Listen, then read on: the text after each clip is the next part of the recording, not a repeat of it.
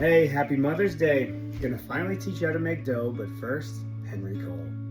Do you know how to cook bread? Today we're gonna make A bagel. a bagel. A bagel. Bread. Yeah, and everything bagel bread.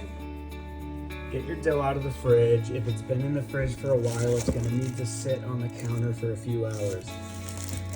I took this out this morning, so it's already doubled and is bubbly, so you can tell it's ready to use. Then get a large Pyrex or mixing bowl, put it on your scale, and then click the 0 button to zero it out. That way it knows the weight of the bowl. All right, very important. You want your scale set to grams, all right? Not ounces, fluid ounces, milliliters. Set it to grams because everything's based on that. So you got your starter. You're gonna mix it around a little bit just to get it all incorporated. And then what we're gonna use for this dough is 100 grams. So 79, 95, a lot of background noise. I have children. All right, 102, good enough. Okay, so now you can zero out your scale. So it's gonna count the starter weight in. It's back to 0. I've got my warm water here. So we wanna get 350 grams of water. A little too much, so you just take a little bit out. It doesn't take much to get it out. Hard to do while filming. Perfect. 350 grams of water. Now we want 500 grams of flour. I lied. Next step, you want to mix the starter and water together. Don't have to do anything crazy, just mix it.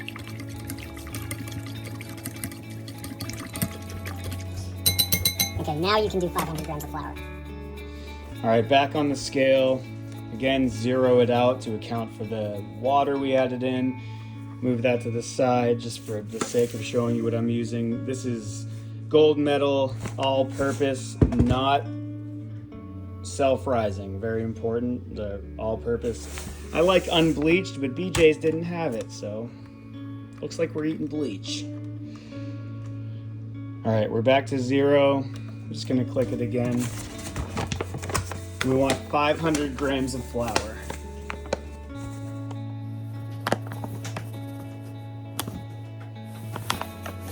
Perfect. This is the part where you want to add in your salt. I'm using a little Himalayan pink salt. I just do a little pinch here.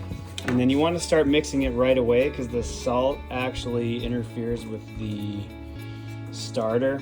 So you want to make sure it gets integrated pretty quickly so that it doesn't kill the starter that's in there. But since there's so much flour and water, it doesn't truly matter. Just fill in airtime here. You want it to be shaggy. So you want it to be looking kind of obviously like this, like a shaggy dough. This is normal. You can do different hydration levels once you get comfortable with it. You can get a little bit more water. You could do like 375 grams of water.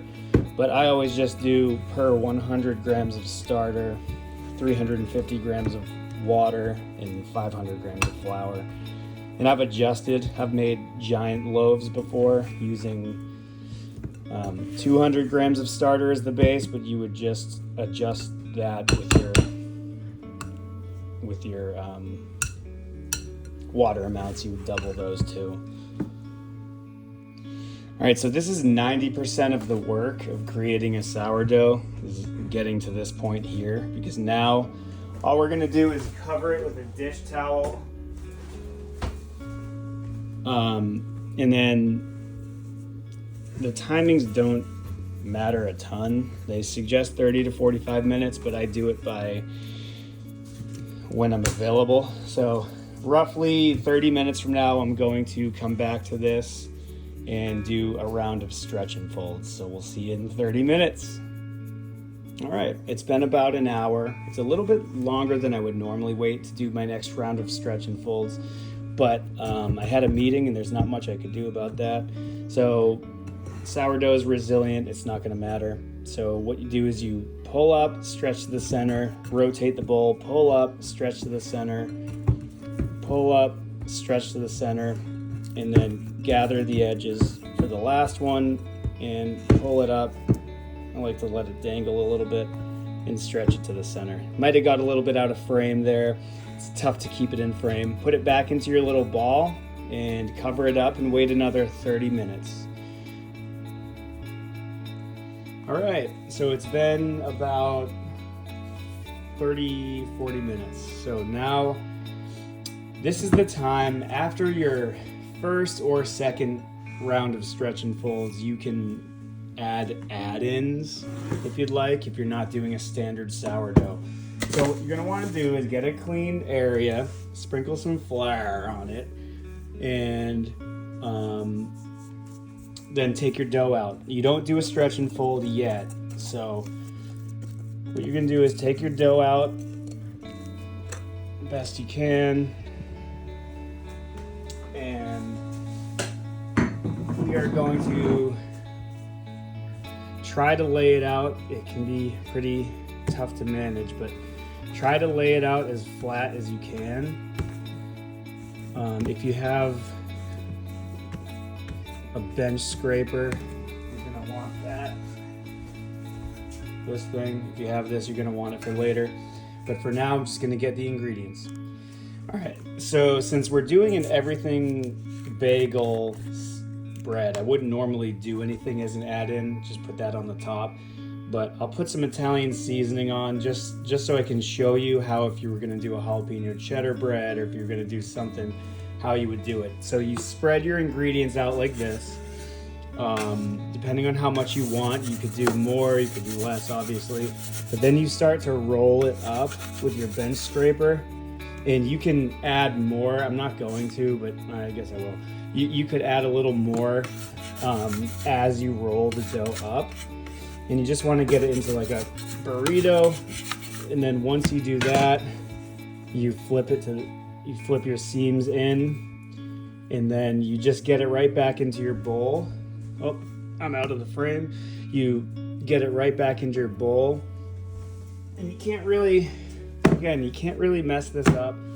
All right, so now our dough is starting to look more like a real dough, but we're still not done yet. We're gonna have to come back in another 30 to 45 minutes and check on it. All right, it's been an hour. It's time for the last stretch and fold before bulk rise, which is basically just saying that you let it sit for like 2 hours. You don't do anything to it. So you're gonna go ahead and stretch and fold, grab from the edges, make sure you're getting every edge, and pull it up, give it a shake, make sure that you're moving all the gluten around is essentially what you're doing. And then, don't overwork it, but make sure that you've given it a good stretch all around. And then just be patient. We're gonna cover it back up and we'll come back in 2 hours. All right, it's been about 2.5 hours since my last stretch and fold. That's called bulk fermentation. I can tell that it's getting ready because when I poke on it, it doesn't recoil back up. So what we're gonna do now is the pre-shape.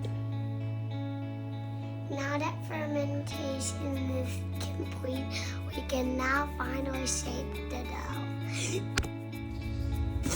Time to hit it again with a little flour.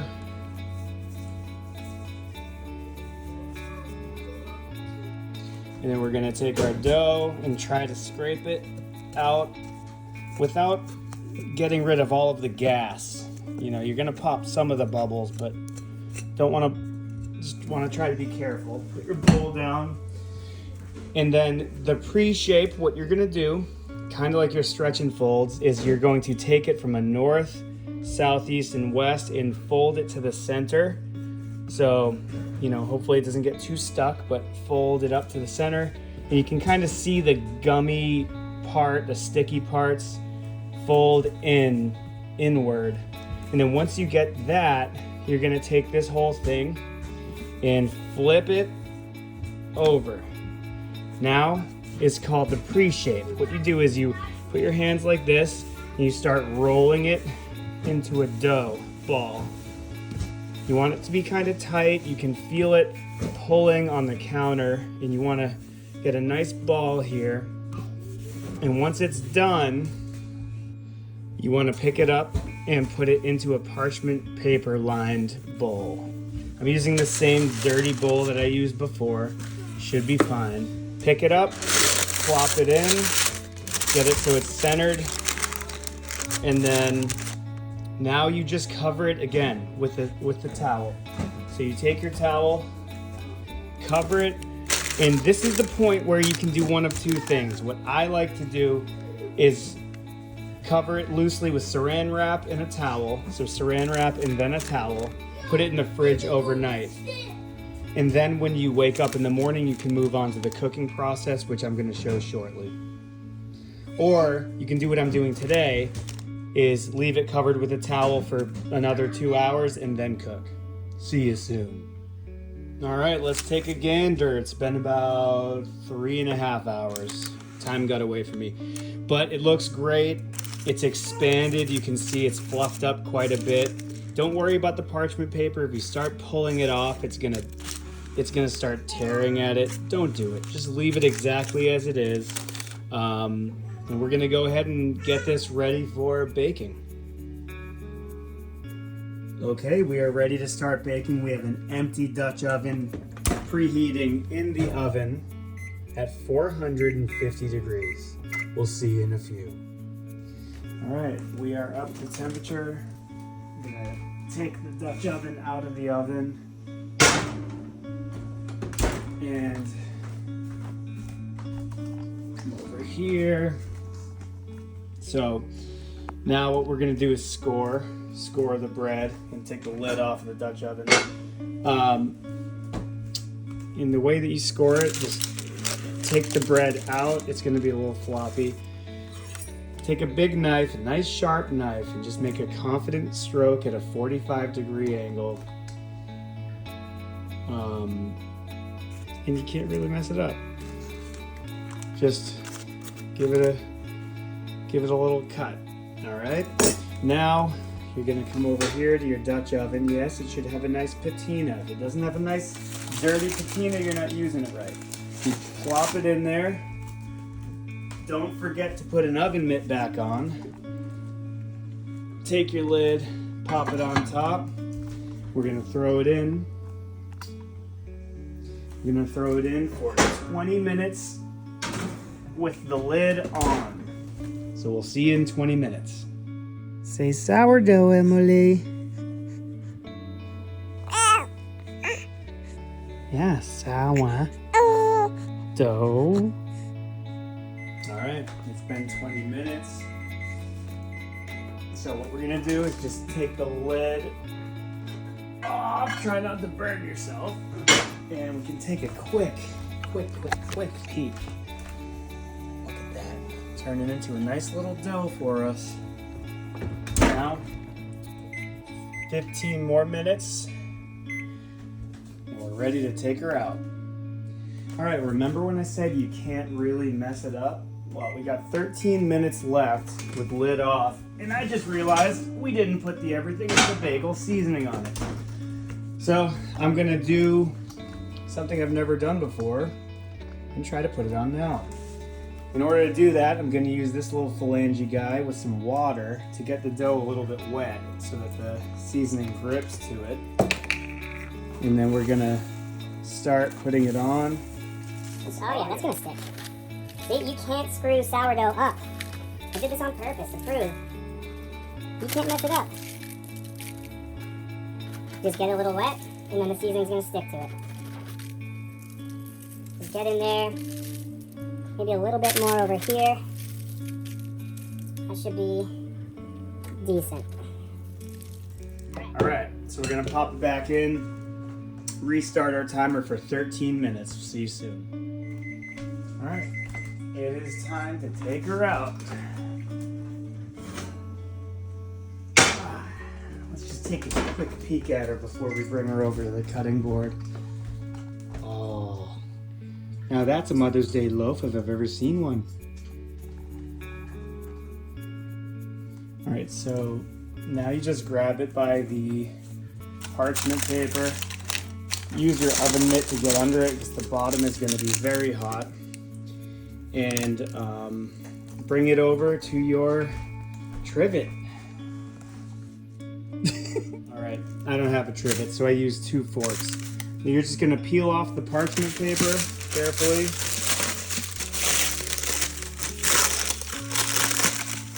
Very hot.